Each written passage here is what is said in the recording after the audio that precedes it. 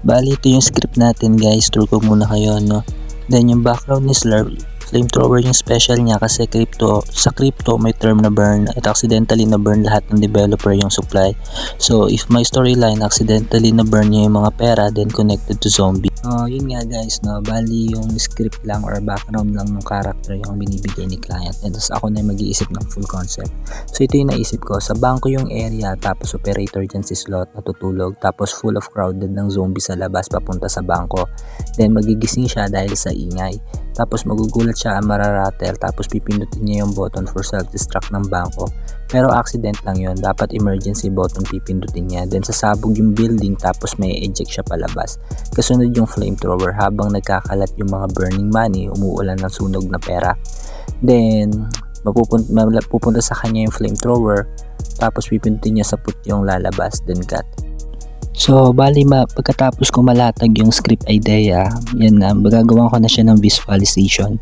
Dito sa visualization, dito na malalabas yung pinaka parang visual ng mga naisip kong script.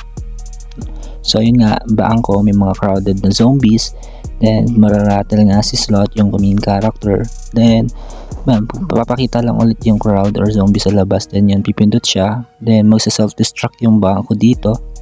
And yan, magtatalsik lang siya sa labas. So may mga sunog na pera na nagbaburn. Tapos sasaluhin niya yung flamethrower. So yun, after natin magawa yung ating animatic or yung visualization script natin, dito na natin papasok ngayon yung pinaka-detailed or layout version natin.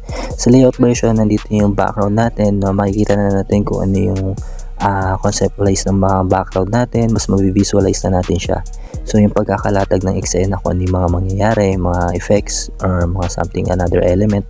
Then after nun, lalagyan na natin siya ng kulay. So sa kulay kasi mas mabivisualize natin na kung ano yung pinaka magiging itsura ng colored version na nito. So colored version, inuna ko lang dito yung background lang muna. At the same time, dinetail ko lang yung mga other elements. So after nyan, dito na natin siya fully composition. So fully composition yan, may mga effects na tayo, may mga transitions na tayo, and at the same time yung mga effects natin or yung mga other element na nilalagay natin dito, mga particles, nandyan na yung effects, kulay na, wraps version lang. But dito sa last part, di ko pa siya totally na lagyan, pero at the same time nandun na siya. So, ngayon, dito na natin lagyan ng sound effects. So, may sound effects na tayo. At the same time, andito na yung mga color composition natin. Yan, yung mga blending natin, mga blurriness natin, yung mga effects something natin, yung mga color treatment natin, yung effects. So, andyan na siya lahat. So, ngayon, after neto, dito ko na ilalagay ngayon sa inyo, papakita yung pinaka full composition natin or yung edited version na natin nito.